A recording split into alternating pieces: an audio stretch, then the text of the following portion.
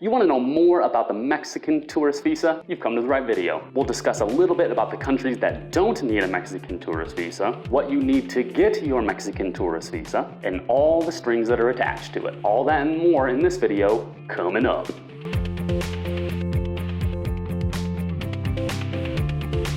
Hey, I'm DEMSKI from the Single Dad Nomad, and I'm on a mission to help people live better worldwide. And today I'm going to be talking about the Mexican tourist visa. So if you want to go visit Mexico and you're wondering how to get there, this is just one of several videos I'm going to make. You can check out the rest of those videos in my Move to Mexico series. But for now, let's talk about the Mexican tourist visa. In order to get a Mexican tourist visa, you need 4 things.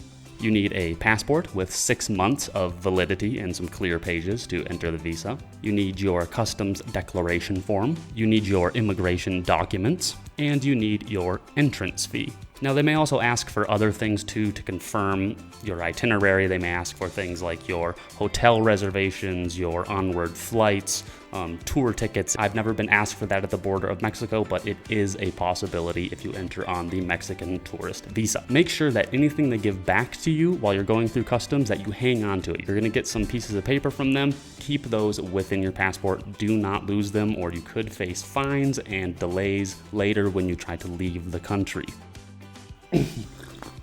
Now, thankfully, not everyone needs a Mexican tourist visa if they want to go to Mexico. In fact, there are at least 78 regions and countries that don't need a Mexican tourist visa. They can just enter into Mexico for 180 days, roughly, visa-free. If you are from one of those 78 regions or countries, then no, you don't need a Mexican tourist visa. You can just enter in without one. You will instead be given an FMM, or in Spanish, La Forma Migratoria Multiple. P.S. If you want to learn Spanish, you can hit up a link down in the description box that'll give you 20% off a yearly subscription to Babbel to learn Spanish, como yo. The FMM you will usually receive on the plane from the flight attendants, or you will get them from the port of entry if you cross via land. You can also get one at the port of call if you visit from a cruise ship.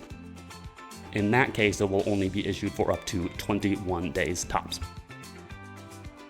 Now, let's get down to it. Also, if you're looking to Mexico, my daughter and I made a video called 15 Reasons We're Glad We Moved to Mexico. I'll link it up here and I'll put it down in the description box for you if you want to check that out. On to the tourist visas. You are going to get them for 180 days tops. Now, the officers at the border, they do have some discretion in that. They can give you less. So make sure that you open up your passport and look to see how many days they wrote into it. And of course, these 180 days are for only unpaid activities. That can include things like volunteering or studying in a program that's less than 6 months. Transit and business meetings are also included, and anything else as long as no monetary earnings will be derived from your activities in Mexico.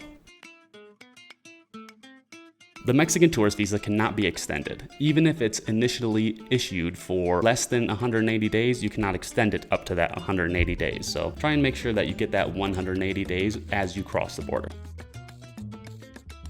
I mentioned this briefly earlier, but if you lose your FMM, you're going to have to get another one. Now, you're going to need to go to a immigration office. They'll be around your city, or they'll be within the airport itself. They're called INM, and there you'll have to pick up your new FMM. There is going to be a fee, and you want to do this before your flight, significantly before, because if you try to do it immediately as you're trying to get on your flight, you might miss that flight due to delays. And that's because you'll have to go to immigration, apply for your replacement, then go to the bank, pay for the fee, and then come back with your receipt and then receive your replacement card. It's possible that you might accidentally overstay your limit while you're in Mexico. I don't recommend that, but if that does happen, just realize that you are placing yourself in a position where you could face delays when you're trying to get onto your flight. You might not make your flight, and you can also be hit with fines. Now, I've read that fines can get up into the hundreds of dollars, so be very careful. Make sure you read how many days you have in the country. If it's 180, don't just think, oh, I have 6 months, because there's some months where there are more than 30 days or less than 30 days, so you actually have to calculate that out.